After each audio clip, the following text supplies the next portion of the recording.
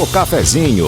Vamos tomar um café logo cedo com os principais fatos políticos da região, num bate-papo descontraído sobre política, regado a um bom café.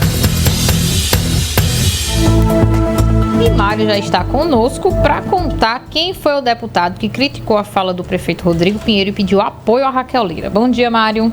Bom dia, Laís. Bom dia, Rodrigo. Bom dia, Mário. Pois é. Acho que teu microfone está desligado, Mário. Tava. Agora.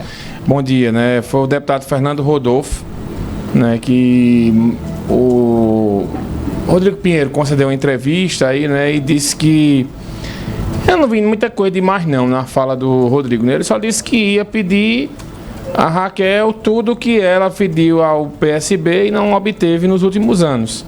Mas aí, né, você sabe, né, aí dependendo de como a fala foi contextualizada, né, o pessoal pode achar como uma espécie de crítica ou uma espécie de alfinetada aí, né, do prefeito, como se ele estivesse cobrando algo, né, de Raquel já de forma antecipada.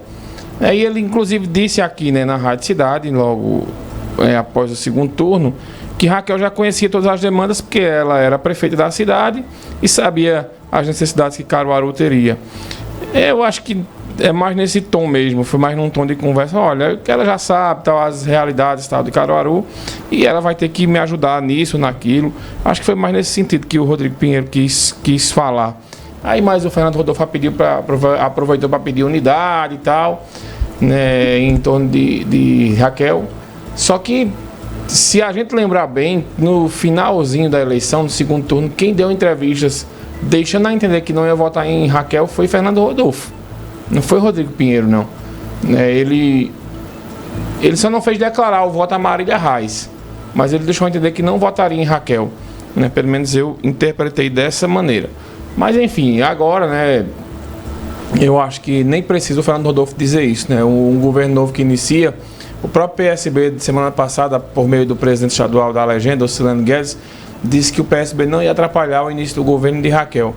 O próprio deputado Zé Queiroz, ex-prefeito de Caruaru, que é adversário político de Raquel, inclusive pediu votos contra ela no segundo turno, disse que são pelo menos 3 meses de trégua aí para o novo governo começar a pegar corpo e depois, né, eles terem aí uma movimentação mais no sentido de oposição. Então, todo o novo governo tem esse prazo, né, de carência, digamos assim, né, para que o eleitor entenda, para que ele possa tomar o prumo do negócio, entender, principalmente um governo de oposição, como é o caso aqui de Raquel. É um governo de transição não, a maioria fica, aí não existe muito esse negócio, mas um governo de oposição não, eles vai ter uma mudança geral, né, de gestão, principalmente do primeiro escalão. Não acredito que todos os primeiros secretariados vai mudar, e aí vai ter uma mudança muito grande no segundo escalão, e essas mudanças elas acabam, né, influindo um pouco na máquina, né, porque as pessoas novas vão chegando e eles não conhecem direito a máquina, vão se administrar, acostumar como é que se administra, e aí isso requer um tempo mesmo. Então acho que esse tempo nem é preciso ninguém pedir, é uma coisa natural que acontece na política. Bom, Mário, a gente recebe aqui informação, né? A gente está apurando os detalhes dessa informação de uma nova operação da Polícia Federal, né, e do Exército no Clube de Tiro do Agreste aqui em Caruaru. De novo? De novo. A gente está apurando os detalhes dessa operação para saber os motivos, né? O que é que aconteceu para uma nova operação.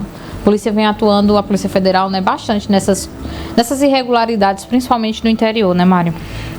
A primeira operação, né, pelo que a gente entendeu, foi próximo ali do segundo turno, mais ou menos, da eleição, né, que não teve nada a ver com a eleição, só estou lembrando da data, né, foi por uma questão de custos irregulares que estavam sendo dados a pessoas que não tinham habilitação para oferecer o curso de tiro e tal.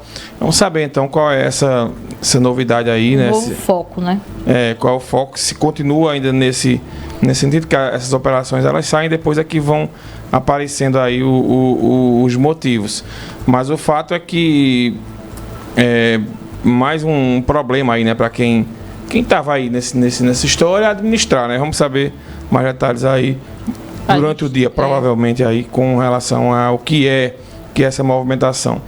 E para encerrar, né, Laís, aqui a questão da política, essa semana é grande a expectativa, né, com relação à governadora eleita Raquel, se ela vai já anunciar os primeiros nomes aí do secretariado, né, que até agora não foram anunciados. Então a expectativa é grande, já saíram algumas especulações aí sobre a educação, né, desde o começo muito se fala que seria a Priscila Krause, a secretária da Educação, mas já apareceram 2 professores aí, né, que podem ser indicados, mas o fato é que até agora ninguém foi confirmado aí pela futura governadora, a governadora eleita. Também a expectativa é grande para saber como é que os partidos que apoiaram Raquel no segundo turno vão ser contemplados.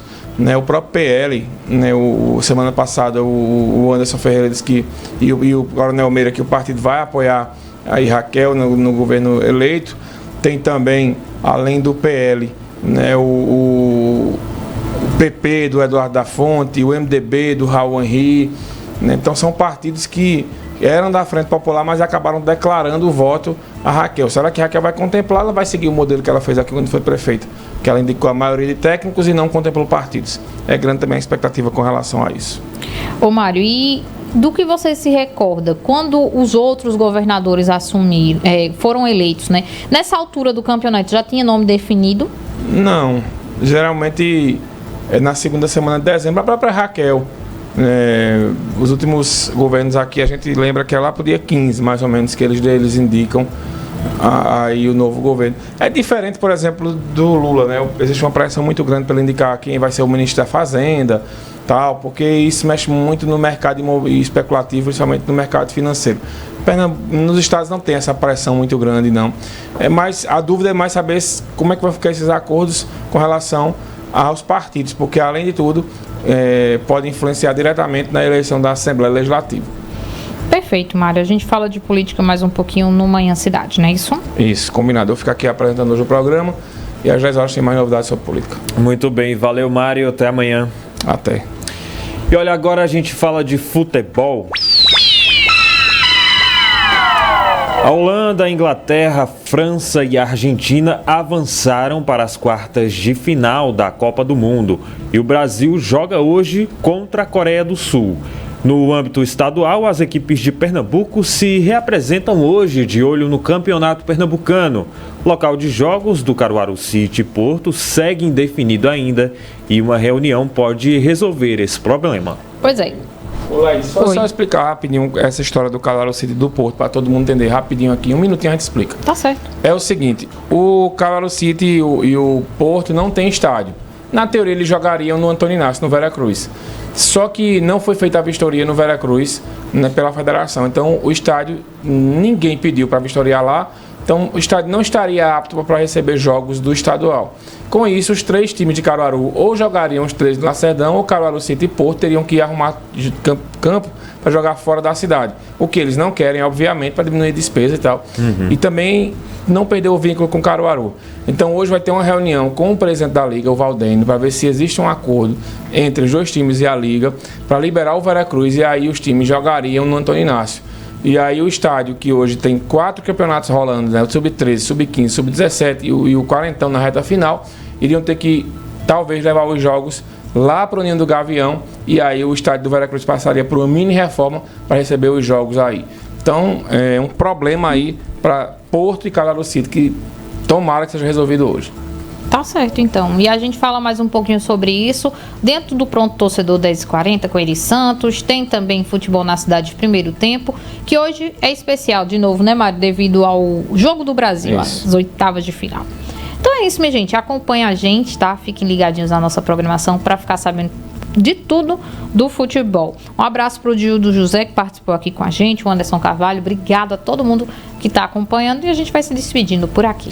Um abraço para todos vocês, um ótimo início de semana e até amanhã.